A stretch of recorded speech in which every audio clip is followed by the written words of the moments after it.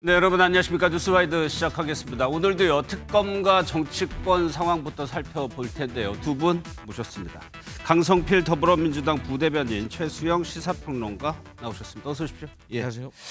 조금 전에 특검이 밝힌 내용부터 좀 살펴보겠습니다. 이른바 해군 선상파티 의혹이라는 게 앞서 제기된 부분이 있는데 새로운 수사가 좀 시작되는 것 같습니다. 먼저 강성필 부대변인, 이게 윤 전 대통령 관련한 의혹이에요. 어떤 거죠? 2023년 여름에 김건희 여사가 해군 함정에서 지인들하고 술 파티를 벌였다는 정황이 포착된 겁니다. 예. 그러니까 이제 해군 함정에다가 여기에 김성훈 경호처 차장이 노래방 기계도 실어놓고 또 김건희 여사와 지인들의 어떤 술 파티를 위해서 폭죽까지 터뜨리는 이런 행사를, 이벤트를 했다는 것을 민주당 추미애 의원이 지금 의혹을 제기하고 있는 것입니다. 그러면서 이 김건희 여사가 나중에 너무 좋아갔던지 24년 8월 1년 후에 한 번 더 갔다는 정황도 있는 것이고 그때 당시 또 해군 제독에게 이렇게 좋은 시설이 있는지 몰랐다. 자주 와야겠다라는 식으로 격려를 했다라는 의혹이 있기 때문에 이 부분에 있어서 샅샅이 밝혀야 되는데 과거에도 김성훈 차장이 김건희 씨의 생일날 벤츠 마이바흐 트렁크에다가 풍선을 씌우는 그런 이벤트를 한 적도 있었다고 제가 들었거든요. 그래서 이런 것의 연장선상에 많은 일들이 정말 대통령실 안에서 벌어진 것 같기 때문에 여기에 대해서 수사를 철저히 해봐야 될 것 같습니다. 그래서 이제 특검이 경호처를 압수수색하고 이제 두 사람입니다. 김건희 여사하고 김성훈 차장에 대해서 혐의가 직권남용 수사 혐의예요. 그러니까 지금 말씀하신 것 그대로 진행됐다 그러면은 김성훈 차장이 당시 경호처 차장으로서 그다음에 그 해군과의 연결고리를 했겠죠. 왜냐하면 경호 문제가 있으니까 사전에 접촉을 했겠고, 그래서 어떻게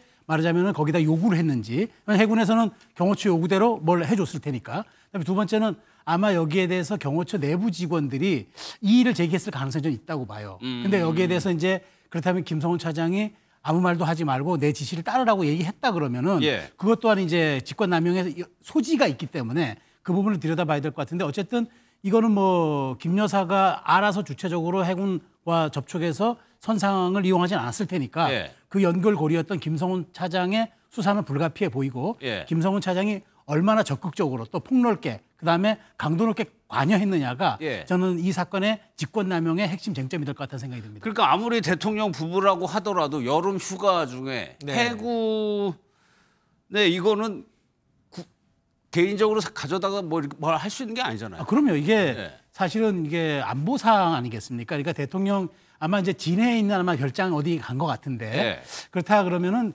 이제 말하자면 거기에 경호에서 해군이 할 수 있는 역할만 딱 해야 되는데, 해군의 부대 시설, 근데 해군의 부대 시설이라는 게 사실은 이게 안보와 직결되는 군사 시설들이고 해군 함정이라 그러면은 당연히 해군 함정이 그날 어떻게 출동하고 어떻게 사용되는지는 다 일제히 기록이 되고 보관하고 남는 것 아니겠습니까? 군사용으로 하기 때문에 그런 것들에 대해서 이제 일종의 말하자면은 연막이라든가 아니면 뭐 다르게 이제 뭐 거짓으로 뭘 했을 수 있겠죠. 그러니까 이런 부분들까지 이제 들여다 본다면은 사실 이거는 안보 시설에 대한 또 다른 이제 그 사적 남용이라는 어떤 그 말은 혐의가 적용되기 때문에 이 부분은 뭐 그러니까 이 어떤 사안의 중대성을 떠나서 여기 안보까지 이렇게 사적으로 가야 했었냐라는 부분은 아마 상당히 논란거리 될 것 같습니다. 알겠습니다.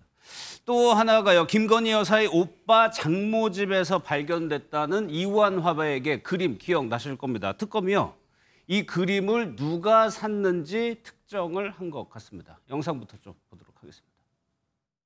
현직 검사 신분으로 총선을 출마를 하는 바보는 뭐 없을 겁니다. 나름대로 그 문자 메시지 건이 이제 징계가 마무리되었다라는 얘기를 듣고 사직서를 제출했고, 당연히 사직서가 수리될 것이라는 것을 전제로 이제 출마 선언을 한 것인데요. 그게 이제 결과적으로 그렇게 안 된 부분에 대해서는 제가 뭐 유감스럽다는 말씀을 잘 드렸습니다. 여사가 조국 수사 때 김상민 검사가 고생을 많이 했다, 그 사람 좀 챙겨주라, 이렇게 얘기를 하거든요. 지금 특검에서는 이 그림을 산 사람을 김상민 전 검사라고 보고 있는 것 같아요. 그러니까 실질적으로는 대만의 이 그림 경매 어떤 장에서 인사동의 한 화랑에서 어떤 사람이 이것을 대신 3천만 원의 경매를 받아가지고 국내로 들여왔고, 이것을 김상민 검사가 1억 원에 예. 이것을 구매를 했다라는 정황이 있는 것이고 이 정황이 있는 이 그림이 김진우 씨 그러니까 김건희 씨의 오빠의 장모 집에서 발견됐다는 것이죠. 예. 그러면 이것이 구매는 김상민 씨가 했는데 왜 김건희 씨 오빠 장모 집에 가 있느냐는 김건희 씨가 받았는데 특검 수사가 시작되니까 본인이 생각했을 땐 불법적인 요소가 있는 물건들은 다 어디론가 분산을 시켰는데 제가 생각했을 때는 믿을 건 가족밖에 없다라고 생각을 해서 예를 들어서 뭐 이배용 국가위원장, 교육위원장에게 받은 금고무기라든가 이런 것은 뭐 남동생의 금고에다 넣어놓고 또 오빠면 믿을만 하니까 또 오빠에게는 이런 그림을 맡긴 것이 아닌가로 추정이 되고 있기 때문에 이것은 특검에서 밝혀야 될 부분이다라고 생각합니다. 김상민 전 검사가 해명을 했는데 좀 의문점이 드는 점이 뭐예요? 있습니다. 김상민 전 검사는 김진우 씨, 그러니까 김 여사 오빠에게 돈을 받고 대신 구매만 해줬다는 주장입니다. 그러면 아까 강성필 부대에도 얘기했지만 그러면 김진우 씨 오빠 입장에서는 내가 돈 주고 산 그림을 집에다 놓으면 될 거를 굳이 처가에 갖다 놨다는 얘기가 되거든요. 이게 좀 비슷한 게 이제 그때 그 무슨 고가 시계를 뭐 매입했다는 그 사람의 진술과 대리구매 비슷하잖아요. 돈은 받았는데 뭐 완벽한 돈은 아닌데 거의 뭐 비슷한 돈 받아서 내가 구매를 했다라고 얘기하는 것과 사실은 지금 해명이 거의 일치하는 거거든요. 근데 저는 이제 이 부분이 이제 굉장히 좀 문제가 될 수 있는 소지가 있다는 건 이제 이게 최초 구매가 2022년 6월인데 김상민 검사가 구매했다는 건 2023년이란 말이죠. 예. 그 바로 이듬해에 이제 공천 청탁과 그 다음에 공천 청탁이 안 돼가지고 그 국가정보원장의 법률특보로 가는 그게 모든 게 그 이듬해에 이루어집니다. 그렇다면은 사실 검사면은요, 제가 알기로는 이제 우리 국가공무원상 직제로서 4급 공무원에 준합니다. 그러니까 일반 평검사, 그 부장검사 이하들은 그러면 4급 공무원이면 아마 제가 알기로 재산 공개를 아마 신고를 해야 될 겁니다. 그러면은 이제 이렇게 1억 2천만 원짜리의 고가를 했을 때 현직 검사 신분이었으니까 그러면 현직이었을 때 이걸 구매를 했기 때문에 돈의 출처, 그다음에 그 돈에 이제 그렇다면 지불했다 그러면은 어떻게 지불했는지, 그러면 이제 그 지불한 돈에 어디서 나와서 이게 그 말하자면 이제 지불이 돼서 본인의 재산에선 좀 차감이 되는지 그렇죠. 이런 것들이 다 소명이 돼야 되는데 아직 그 부분까지는 안 나오는 걸로 봐서 지금 특검이 이제 시기적으로 봤을 때 이거는 청탁의 가능성이 매우 농후한 그런 지금 어떤 그 시기별 플랜을 보이고 있다. 아마 이런 생각들하고 조사하는데 이제 아마 이런 부분까지 나중에 또 특검이 한번 들여다볼 가능성이 있지 않을까 싶어요. 제가 한마디만 거두면 이 서정빈 씨하고는 좀 다릅니다, 내용이. 왜냐하면 서정빈 씨는 나름대로 명품 시계 전문가라고 해요. 그러니까 또 본인이 그 시계 매장에서 많은 시계를 구입을 했기 때문에 또 단골이기 때문에 할인을 받을 수도 있는 이런 나름대로의 어떤 메리트가 있는 건데 김상민 전 검사는 뭐 그림에 대한 전문가가 아니에요. 그러니까 이분을 통해서 꼭 대리 구매를 해야 돼서 생기는 이득이 없는 거예요. 그렇기 때문에 이거는 서정빈 씨하고 좀 다른 것이고 이분은 공직자라는 것이 더 큰 차이가 있는 거죠. 또 하나가 이게 한 1억 2천만 원 정도 되는 것 같아요. 근데 최선표 이거를 현금으로 그 구매 대금을 현금으로 받았다고 얘기를 하고 있거든요. 1억 2천만 원 현금으로면 상당한 부피고 양이잖아요. 그렇죠. 1억 2천만 원이면 5만 원권으로 해도 쇼핑백을 아주 가득 담을 겁니다. 굉장히 불편한 방법이죠. 그러니까 뭔가 우리가 이제 이런 걸 봤을 때는 뭔가 감추고 싶어 하거나 뭔가 드러내고 싶지 않았다는 그런 이제 점이 있어서 제가 그래서 드린 말씀이 아니 그렇다면 현직 검사 신분에서 현금 1억 2천만 원을 어떻게 물론 이제 여기에 진술은 이것을 이제 김진우 씨로부터 받았다고 이제 얘기를 하는 겁니다.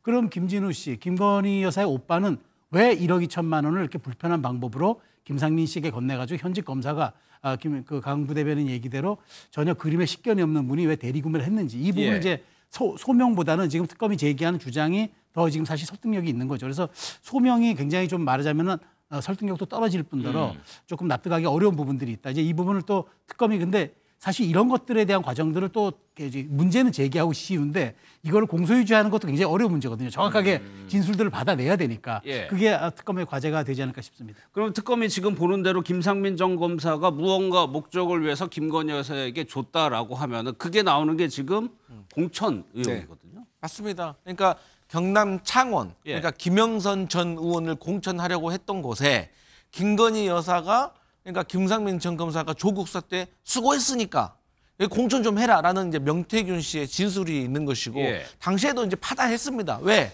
김상민 전 검사가 검사 시절에도 무리하게 그랬죠. 이 창원에 가가지고 뭐 문자 보내고 예. 하면서 무리를 일으켰고 그렇게 하면서 징계까지 받았거든요. 현직 검사 신분. 맞습니다. 그런데 우리가 보통의 그 공직자들은요, 사실 공짜가 아니라고 하더라도 무언가가 이렇게 본인이 몸담았던 조직에서 정리를 하고 나서 출마를 하러 준비를 하는 것이지 이렇게 대놓고 하지 않는데 지금 와서 보니까 이 김상민 전 검사가 그렇게 무리하게 선거운동을 하려고 했던 이유가 이렇게 김건희 씨라는 대통령의 배우자라는 뒷배가 있었기 때문에 예. 이렇게 강행을 할 수 있었던 것이 아니냐라고 생각을 하고 이렇게 또 강행을 했기 때문에 김건희 씨로는 또 그림을 만약에 받았다면 그림까지 받았기 때문에 김상민 검사에 대해서 공천을 하려고 영향력을 했을 것이고 예. 현금 얘기가 나오는데 저는 이렇게 생각을 해요. 존재하지 않았던 일이기 때문에 현금으로 줬다고 얘기하는 것 같아요. 그러니까 결국에는 이게 특검에서 물론 공소유지하는데 어려움이 있을 수도 있지만 예. 결국에는 어쨌든 본인이 대리구매를 했다고 하면 주고 받았다는 건데 그러면은 이 관계에 있어서는 특검보다도 저는 김상민 씨가 해결해야 될 문제가 더 커 보인다 이렇게 예. 생각합니다. 지금 김 여사 관련해서 이른바 매간매직 의혹이 벌써 이번이 4번째거든요. 그럼 최소한 편은 아직 의혹이긴 네, 합니다. 뭐 벌써 4번째 이런 의혹이 제기된다. 이런 상황은 어떻게? 참담하다는 말밖에 안 나오는 게 사실 예. 매관매직이라는 네 단어가 사실 이 근대 정치에서 나오는 경우는 없거든요. 매관매직은 그렇죠. 이게 왕조 시대나 그렇죠. 왕조 시대나 중세 정치에서 나오는 단어입니다. 왜냐하면 공적인 자리에 있는 직을 돈을 주고 산다는 의미잖아요. 조선 시대에도 이런 부분들은 굉장히 엄격하게 다뤄지고 그래서 이제 물론 그런 매관매직을 방지하기 위해서 이른바 이조 전랑, 이조 판서, 그러니까 인사를 담당하는 사람들을 내 편으로 하기 위해서 굉장한 노력들을 이제 해서 사색 당파 싸움이 벌어졌던 근원이 되기도 했었죠. 예. 그런 차원에서 놓고 보면 이게 근대 정치에서 더더군다나 우리 대한민국이라는 이제 이런 선진 국가에서 이게 대통령 부부, 전직 대통령 부부가 이런 과정을 통해서 어떤 공적 지위에 영향력을 행사했다. 이건 참 예. 참담한 일이죠. 그리고 사실 놓고 보면은 금액의 과다를 떠나서 근거부기 하나의 국가교육위원장 자리가 오고 갔다. 이게 많은 분들이 이게 10돈도 안 되는 근거부기에 국가의 100년대계의 수장을 뽑는 그런 예. 이제 중요한 자리에 있는 사람이 그렇게 임명됐다.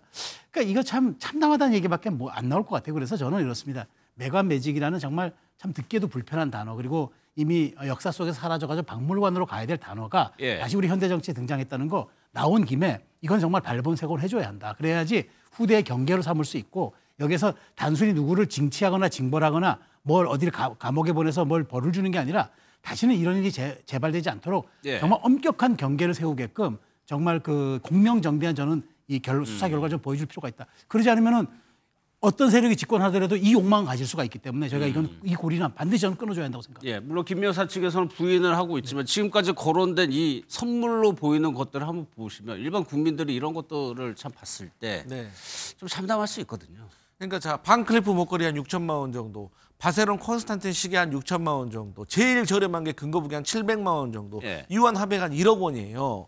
더 문제는 뭐냐면 자 예를 들어서 김건희 씨가 대통령의 배우자라는 이 권력을 가지고 뭐 강성필이라는 사람을 뭐 도로공사의 사장에 앉혔다. 돈을 받고 더 문제는 뭐냐면 그러면 강성필이라는 사람은 이 김건희 씨를 통해 가지고 매간매직을 통해서 도로공사 사장을 갔다고 하면 앞으로 도로공사와 관련된 이 이권 사업에서 김건희 씨에게 자유로울 수가 있겠습니까? 그럴 가능성이 그러니까 있죠. 이게 예. 단순히 매간매직이 문제가 아니라 그 이후에 또 부정적인 사업 청탁이 오고 간다는 그런 것들을 우리가 배척할 수가 없기 때문에 예. 대통령이 임명할 수 있는 공공기관장이 대략 한 3,000개가 된다는 거예요.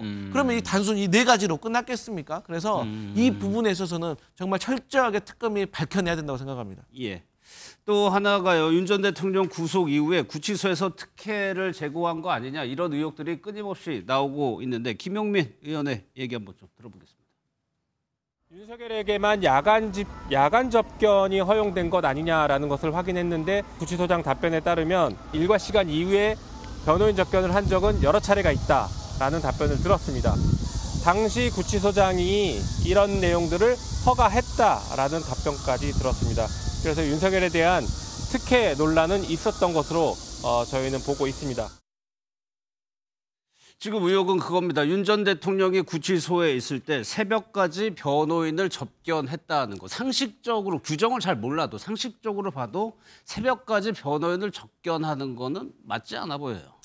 누가 봐도 이거는 비상식적인 일이고 누가 보더라도 특혜에 해당될 수 있다라고 보여집니다. 예. 그러니까 이날의 상황을 살펴보니까 지기현 판사가 윤석열 전 대통령에 대한 구속을 취소한 날입니다. 그래가지고 이제 심우정 검찰총장이 다시 이제 구속을 시키느냐 마느냐 이 48시간 안에 결정을 해야 되는 이러한 긴박한 상황이었거든요. 이 상황에서 지금 윤석열 전 대통령의 변호인들이 지금 다음 날 새벽 아침 5시까지 윤석열 전 대통령과 구치소에서 이 변론을 하기 위한 나름대로 이 접견을 오랫동안 했다는 거 아니에요? 예. 근데 사실 그 전에도 60일이 되지 않은 기간 동안 윤석열 전 대통령이 접견한 사람이 380명이 넘다고 하고 그걸 시간으로 계산하면 며칠이 된다는 거 아니겠습니까? 그래서 정말로 이것은 잘못된 일이고 이때 구치소장에게도 전 책임을 물어야 된다라고 생각을 합니다.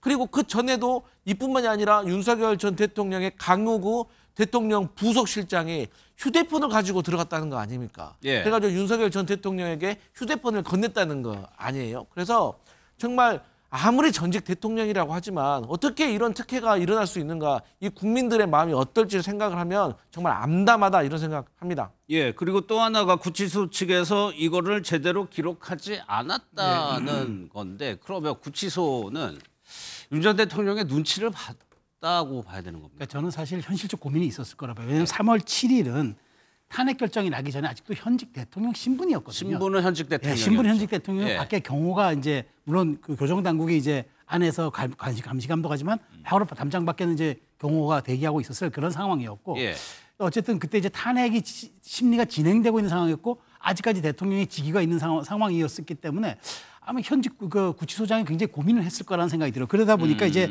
얘기하는 과정이 우리가 시간이 이제 넘어가면 24시간 넘어가면은 우리 프로그램 자체가 입력이 안 된다. 이걸 거꾸로 얘기하면 어쨌든 그런 상황이 발생하지 않기 때문에 입력 자체를 할 수 없는 불능이라는 얘기잖아요. 그런데 이제 이런 사태가 벌어진 거죠. 현직 대통령이라는 사상 초유의 일이 구치소에 수감되어 있고 이 과정에서 지금 구속 취소 명령이 내는 과정에서 대통령이 나 변호인단 좀 만날 거야라고 얘기를 하니까 이걸 거부할 수도 없고 안 할 수도 없는 아마 그런 현실적인 그래서 아마 이번에 여러 가지 종합적인 거 고려해서 서울 구치소장을 안양 구치소로 전보 발령을 했던 것 같아요. 그런데 어쨌든 이 시기가 지금 물론 법 앞에 평등이라는 점에 대해서는 비판받아 마땅하고 여기에 대해서는 법무부가 또 서울 구치소에 대한 감찰이라든가 또 후속 조사가 있겠지만 저는 현직 대통령이 구속 취소가 되는 날 밤에 당시 상황이라는 특수한 상황 이것이 아마 서울 구치소가 굉장히 고민했던 거고 구치소장도 제한적으로 이렇게 그럼 말하자면은 입력 기록이 조금 불능이라는 그런 핑계를 대면서까지 허용했던 고민이 있지 않았을까? 저는 그렇게 얘기합니다. 그래도 예가 있어서는 안 그렇죠. 되겠죠. 법 앞에 평등한다는 건 맞죠. 그러니까 이제 윤 전 대통령이 이렇게 지내왔기 때문에 체포영장을 그렇게 수차례 집행을 하려고 해도 안 나가게 버틸 수 있는 게 연결되는 것 같기도 하고요. 그러니까요. 그래서 법 앞에 만인이 평등해야 되는데 10,000명에게만 평등하다는 말이 나오는 거예요. 아니 아무리 특별한 상황이라고 하더라도 그런 특별한 상황이 있을 때 지키라고 있는 것이 원칙이고 규칙이고 절차 아니겠습니까? 그런데 저렇게 모든 법과 본인이 또 검찰총장으로서 법을 수호했던 사람이면서 또 본인이 체포영장 집행할 때도 뭐라고 했습니까? 나 검사 27년 한 사람이야. 검사 해봤어? 이랬던 사람이에요. 이 교정본부에서 이 수용자들, 이 피고인들이나 피의자들을 다 수사 지휘하는 것은 다 검찰이 하는 겁니다. 그러니까 본인이 누구보다 잘 알 거라는 거예요. 그래서 저는 이 문제는 그냥 간과할 수가 없다고 생각하고 이 관련자들은 다 처벌해야 됩니다.